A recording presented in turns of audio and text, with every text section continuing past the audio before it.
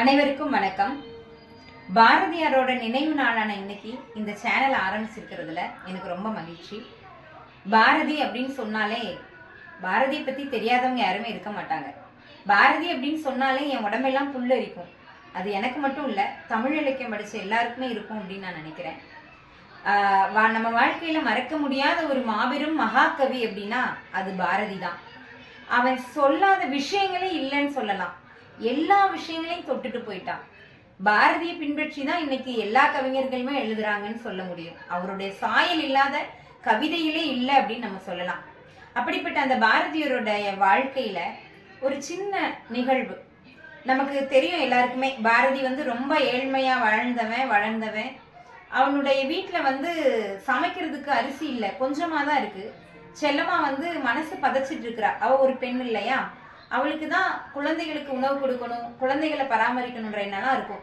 ஆனா பாரதி அதை பத்தி யோசிக்கவே இல்லை. அப்போ அந்த குழந்தைகளுக்கு சமைக்கிறதுக்காக வச்சிருந்த கொஞ்சம் அரிசியும் நம்மால் பாரதி என்ன பண்ணாரு, எடுத்து அப்படி காக்கா குருவிகளுக்கு போட்டார். செல்லமா பதபதிச்சுட்டு இருக்கிறா. அப்ப பாரதி பாடுறா, காக்கை குருவி எங்கள் ஜாதி, நீல் கடலும் மலையும் எங்கள் கூட்டம் அப்படின்ட்டு. பாரதியை நினைச்சாலே ஆச்சரியமாவும் அதிசயமாவும் தான் இருக்குன்னு சொல்லலாம்.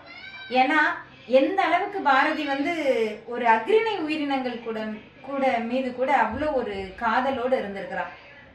இப்படிப்பட்ட இந்த பாரதி வைரமுத்து இந்த பாரதியை பத்தி அழகா சொல்லியிருப்பாரு.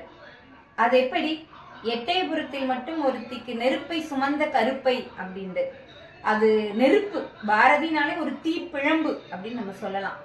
அந்த அளவுக்கு பாரதி வாழ்ந்து காட்டியவன்.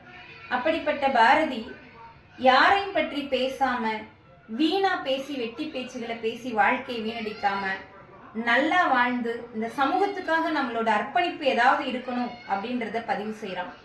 தேடி சோறுநிதம் தின்று பல சின்னஞ்சிறு கதைகள் பேசி மனம் வாடி துன்பம் மிக உழன்று பிறர் வாட பல செயல்கள் செய்து நரை கூடி கிழ பருவம் எய்தி கொடுங்கூற்றுக்கு இறையென பின் மாயும் பல வேடிக்கை மனிதரை போல் நானும் வீழ்வேன் என்று நினைத்தாயோ.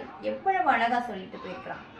அப்படிப்பட்ட பாரதி போல நாம் நம்முடைய வாழ்க்கையை பிறருக்காக அர்ப்பணித்து வாழ்ந்து இந்த சமூகத்திற்காக நம்முடைய அர்ப்பணிப்பையும் கொடுப்போம் என்று கூறி, மாற்றம் மட்டுமே மாறாதது. நன்றி, வணக்கம்.